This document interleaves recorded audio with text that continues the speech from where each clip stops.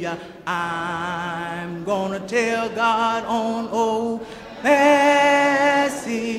I'm gonna tell God on old Massey one of these. Yeah, we had to have meetings and discuss how we were going to pay for the church. And when we found out how much we tax, maybe some of the organizations, they pay so much or raise so much to pay, and when it was an individual giving, the organization would having dinners, cake sales and whatnot to raise money. We needed money, a little extra money for the church. They would have Reno trips. They would give and, charge and rent a bus. And we go to Reno and the bus was always full. And they make so much money off of that. Then they would have same time of year. And they have the horse racing at Bay Meadows. I know you heard. What I remember is that the women of the church had a letter writing campaign, and they wrote to all their friends and relatives all over the country and said, send us your green stamps. And they came by the boxload. The mailman didn't like us for a while because and as kids, our job was to lick the stamps and put them in the book, okay? And the present kitchen here at the new St. Cyprian's was completely furnished. That is stove and refrigerator and pots and pans and dishes and card tables and chairs and all of the other, supporting supplies. Came from green stamps. That tree that's out there, Tommy and I chose that tree. What you could do, you could go to the, at the time they had just planted trees in my neighborhood, and then you could go to the Friends of the Forest, and they would give you the address, and they make suggestions about trees, but they would give you the address of where you could see these trees. Tommy and I, we rode around all around town looking at trees, and finally I seen this tree.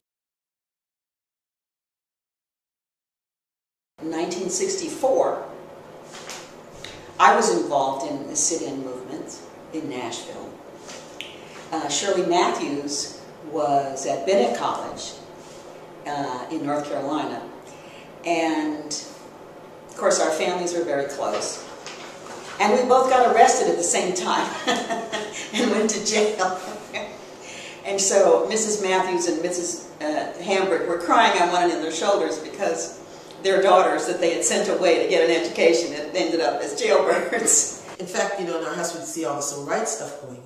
And I just felt, I can remember telling my, I feel so sad, they just don't have a lot of people. They need some more people. They all look the same. Why is that happening to those people down there? Because, we just had this whole different, I felt like I had a different kind of experience. And then my family, to keep everybody safe, yes, those people will take care of themselves in the South. It doesn't have anything to do with you. Get up and go to school, it's all right. I was like, okay, la, la, la, And of course my consciousness, let that down. But for me, I didn't have those kind of issues growing up, but I certainly experienced them as an adult, going out into the world and finding out what really is out in this world. And I think that was the experience of a lot of the kids who grew up with me here in this church. But we got a lot of the education about that here at St. Cyprian's because of what the adults did for us. I'm gonna sit at the welcome table, oh Lord. I'm gonna sit at the welcome table one of these days, hallelujah. I'm gonna sit at the welcome table.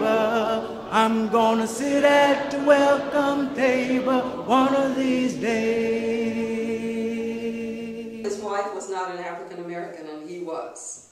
And so that issue became a part of the church as well. And so some people didn't feel comfortable with that, some people didn't mind. And we've been through all. We went through it all.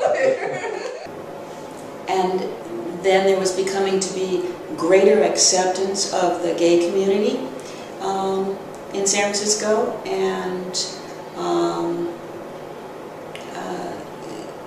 we had a deacon who was gay, and you know, in all honesty, there were people who were uncomfortable with that, and now it's sort of no big deal. It just doesn't matter. If some of those old people was here still, I know they're turning, such thing is turning over in their grave now. You're right. It is so, we're inviting everybody. We just, it's just great. It's the young people, the different kind of lifestyles, just the everything. I'm learning so much. So many opportunities to be even better. And it's kind of like to take the true spirit of what I felt when I came here, and that hospitality and that warmth, to bring it to the larger community, because it's the larger community that, you know, we're really asked to serve, not just ourselves and our own needs. And I mean, there's part of that in there, but in serving the larger community, you know, we're doing that to its best.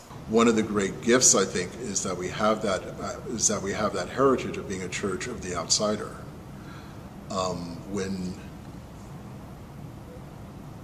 we think of the African American experience, that the African American church was designed, and the Episcopal Church was designed as a church of equals, but outside the church, this was a church of outsiders.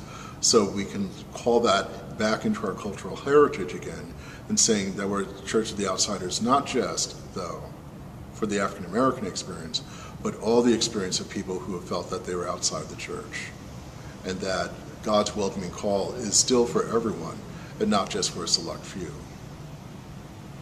And that's the way I see the experience of St. Cyprian's. We're still there.